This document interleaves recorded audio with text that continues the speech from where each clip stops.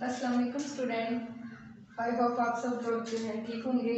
आज हमने स्टार्ट करना है लेक्चर नंबर 40 और अपना चैप्टर जो है मैन एंड हिज एनवायरनमेंट, इसकी तरफ चलते हैं। ठीक है, तो फर्स्ट जो है हम इसका इंट्रो देखते हैं। ठीक है, कि मैन एंड हिज एनवायरनमेंट जो चैप्टर हमने स्टार्ट करना है, इसमें बेसिकली मैन और जो इन्वायरमेंट है उसका आपस में क्या इंटर रिलेशनशिप है। ठीक है, कि किस तरह जो है ह्यूमन बीइंग जो है वो इन्वायरमेंट पे डिपेंड करें। अब इनके सारे जो अट्रैक्शन हैं वो हम इस चैप्टर के अंदर डिटेल में स्टडी करेंगे। तो इन्वायरमेंट की अगर हम बात करें तो इन्वायरमेंट देखिए बच्चों के हमारा जो सराउंडिंग होता है, ठीक है, हम जहाँ पे भी रह रहे होते हैं, ठीक है, जिस जगह पे भी, अब उसका जो हमारे जो इर्द गिर्द एरिया होता है सारा, वो हमारा इन्वायरमेंट होता है। ठीक है, यानी अगर हम बात करें हम किसी रूम में खड़े हैं, ठीक है, अब क्या होगा, हम जिस जगह खड़े हैं उसके इर्द गिर्द हमारा जितना भी एरिया, हम उसे क्या बोलेंगे, ये हमारा इन्वायरमेंट है। तो इसी तरह देखेंगे जो इन्वायरमेंट होता है ऑर्गेनिज्म का, उसमें हमारे पास लिविंग कंपोनेंट्स भी आ जाते हैं, नॉन लिविंग कंपोनेंट्स भी आ जाते हैं। तो ये सारी चीज़ें जो हैं, living components, non living components, हमारा जितना भी सराउंडिंग है उसको हम नाम देते हैं किसका, इन्वायरमेंट का। और जितने भी जो ऑर्गेनिज्म है वो किस पे डिपेंड करते हैं, अपने इन्वायरमेंट पे। ठीक है, यानी आप देखें हम इन्वायरमेंट में रहते हैं, उसके बाद हम अपनी खुराक लेते हैं, यानी कि जितने भी लाइफ के प्रोसेसेस हैं हमारे, वो किस पे डिपेंड कर रहे होते हैं, हमारे इन्वायरमेंट पे। ठीक है, यानी ये इंट्रैक्शन होती है हमारी कोई इन्वायरमेंट के साथ जो हम शो कर रहे होते हैं। तो अब हम जो है कह सकते हैं कि हम किस तरह अपने इन्वायरमेंट के साथ इंट्रैक्शन शो करते हैं। अब इस चीज को समझने के लिए हमारे पास एक टर्म आती है इकोलॉजी। ठीक है, इकोलॉजी। अब इसमें क्या होता है, इकोलॉजी में बेसिकली हम स्टडी करते हैं किसकी, इंटरेक्शन की, यानी कि एक ऑर्गेनिज्म और उसके जो इन्वायरमेंट है उसके दरमियान जो कनेक्शन होता है, जो इंटरेक्शन होती है, उसकी स्टडी को हम किसका नाम देते हैं, इकोलॉजी का। इसमें हमारे पास, हमने पहले बात की है कि इसमें हमारे पास आ जाते हैं लिविंग कंपोनेंट्स और नॉन लिविंग कंपोनेंट्स। हमने पढ़े होंगे, ठीक है बच्चों, आपने फैक्टर्स जो है कि जो एनवायरनमेंट है हमारा, उसके दो तरह के फैक्टर्स होते हैं। एक आ जाते हैं हमारे पास एबायोटिक फैक्टर और दूसरे बायोटिक फैक्टर्स। ठीक है, बायोटिक फैक्टर यानी कि जो लिविंग फैक्टर्स होते हैं, और एबायोटिक जो कि नॉन लिविंग होते हैं। ठीक है, तो ये सारी चीजें हम आगे डिटेल में आप स्टडी करेंगे। अब ये तो जनरल सा हमने इसका इंट्रो देखा कि हमारे पास जो है मैन और इन्वायरमेंट का आपस में क्या इंटर रिलेशन है। इसके बाद इन्वायरमेंट हम बोलते किस चीज को है, और इन्वायरमेंट के साथ हमारी जो अट्रैक्शन है उसकी स्टडी को हम किसका नाम देते हैं, इकोलॉजी का। अब हम लेवल स्टडी करते हैं कि जो इकोलॉजिकल हमारे पास ऑर्गेनाइजेशन होती है उसके लेवल्स कौन कौन से हमारे पास।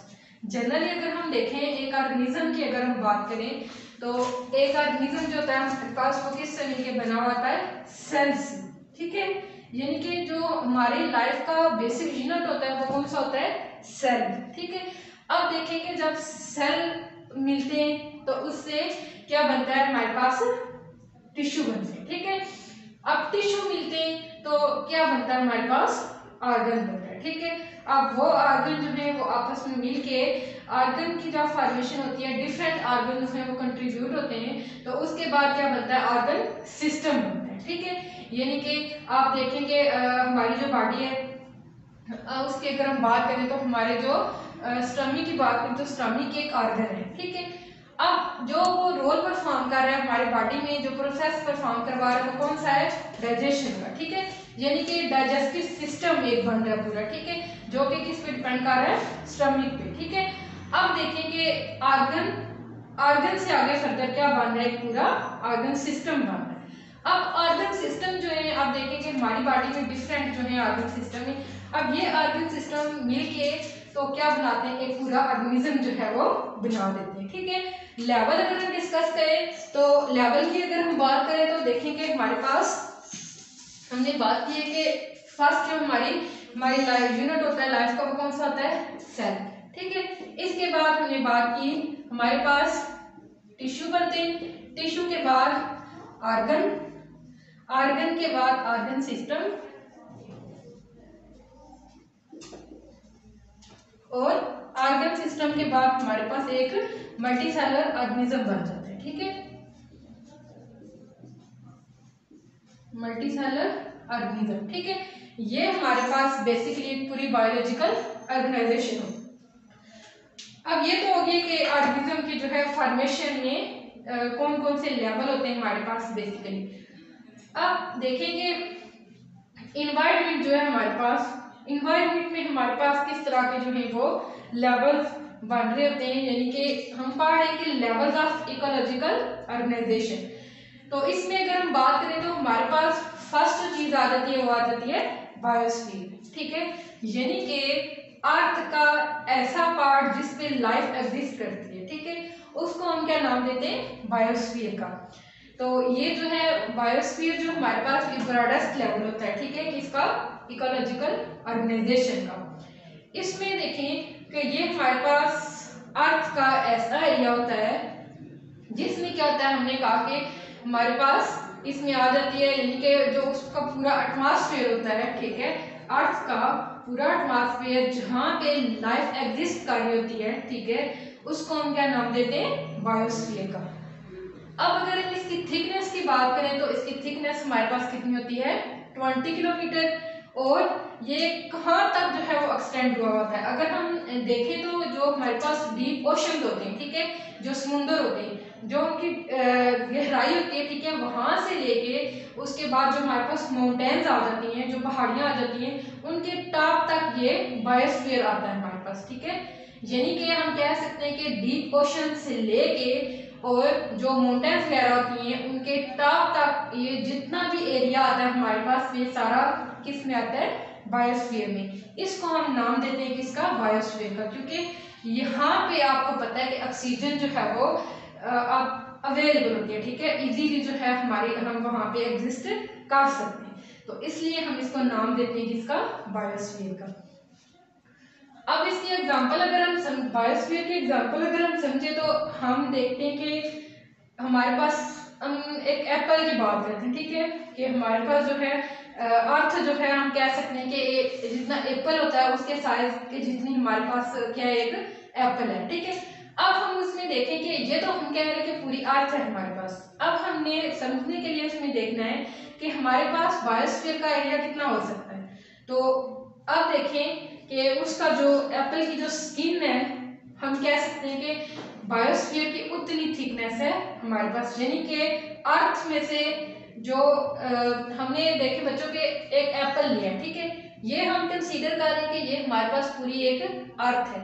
अब उस एप्पल की जो स्किन है उसको हम कंसीडर कर सकते हैं कि वो हमारे पास क्या है, एक बायोस्फीयर है। ठीक है, अब आपने इसमें याद रखना है, ठीक है, कि बायोस्फीयर क्या होता है। बायोस्फीयर ऐसा एरिया जिसके अंदर लाइफ जो है वो एग्जिस्ट कर सकती है। ठीक है, तो इसमें आपने ये चीजें कॉमन जो है वो याद रखनी है। अब इसके बाद ये तो हमारे पास फर्स्ट लेवल आ गया। ठीक है, कि एक पूरा जो है एरिया को हमने नाम दिया किसका, बायोस्फीयर का।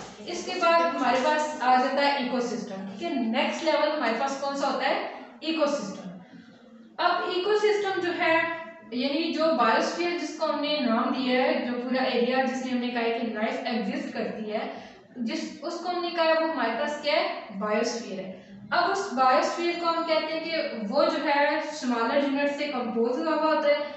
उन यूनिट्स को हम नाम देते हैं किसका, इकोसिस्टम का। ठीक है, अब इकोसिस्टम के अंदर हमारे पास नॉन लिविंग कंपोनेंट्स भी आ जाते हैं, लिविंग कंपोनेंट्स भी आ जाते हैं। ठीक है, तो जितने भी बायोटिक एबायोटिक फैक्टर पाए जाते हैं, ठीक है, अर्थ पे, वो किस में आ जाते हैं, इकोसिस्टम में। ठीक है, इसमें देखेंगे अगर हम कॉमनली बात करें तो इसमें एग्जांपल के तौर पे अगर देखें तो पॉन्ड। ठीक है, पॉन्ड हमारे पास क्या है, एक इकोसिस्टम है। ठीक है, इसमें हम कह सकते हैं कि बहुत सी वैरायटी में हमारे पास स्पीशीज होती हैं, इंसेक्ट आ जाते हैं, एक्वेटिक प्लांट्स, बैक्टीरिया वगैरह। ठीक है, अब ये जो ऑर्गेनिजम्स हैं जितने भी उस पॉन्ड के अंदर आते हैं। ठीक है, पॉन्ड को जो है, पॉन्ड बेसिकली जो है हम एक तालाब को कंसीडर कर रहे हैं। ठीक है, एक तालाब जो है उसमें हम क्या है कि हमारे पास ऑर्गेनिज्म है डिफरेंट। ठीक है, जिसमें इंसेक्ट, फिशेज सब कुछ जो है वो आ रहा है। ठीक है, टर्टल्स वगैरह भी। अब ये जो है ऑर्गेनिज्म ये सारे क्या करते हैं, इंटरेक्शन शो करते हैं नॉन लिविंग कंपोनेंट्स के साथ, ठीक है। यानी नॉन लिविंग कंपोनेंट के साथ इंटरेक्शन शो करके तो अपने सर्वाइवल के लिए, यानी कि सर्वाइव करने के लिए उसके साथ इंटरेक्ट करते हैं, ठीक है। और इस तरह जो है अपना वो आप कह सकते हैं कि अपनी लाइफ को मेंटेन करते हैं, ठीक है। और ये जो इंटरेक्शन है इसको हम बेसिकली क्या कह रहे थे, इन्वायरमेंट, ठीक है। फर्स्ट जो लेवल हमारे पास आ गया वो आ गया बायोस्फीयर, सेकंड हमारे पास इकोसिस्टम, ठीक है। इकोसिस्टम में हमने कहा कि हमारे पास जितने भी लिविंग नॉन लिविंग कंपोनेंट्स अर्थ पे पाए जाते हैं वो सारे किस में आ जाते हैं, इकोसिस्टम में। यानी कि ऑर्गेनिज्म जो है वो इंटरेक्शन शो करके तो क्या करते हैं, अपने आप को सर्वाइव करते हैं। कि हमने इसमें एग्जांपल देखी है कि यानी जितने भी ऑर्गेनिज्म जो हैं रह रहे हैं पानी के अंदर, वो क्या कर रहे हैं कि वो नॉन लिविंग कंपोनेंट के साथ इंटरेक्शन शो करके अपनी लाइफ को अपनी लाइफ में जो है वो सर्वाइव कर रहे हैं। अब इकोसिस्टम के बाद हमारे पास फर्दर जो है हम अगर मूव करें तो हमारे पास नेक्स्ट लेवल आ जाता है कम्युनिटी। अब कम्युनिटी में देखें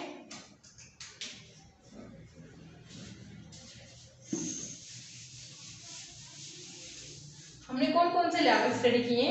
फर्स्ट हमारे पास था बायोस्फीयर, ठीक है। इसके बाद सेकंड हमारे पास था इकोसिस्टम, ठीक है। थर्ड वन हमारे पास क्या है, कम्युनिटी।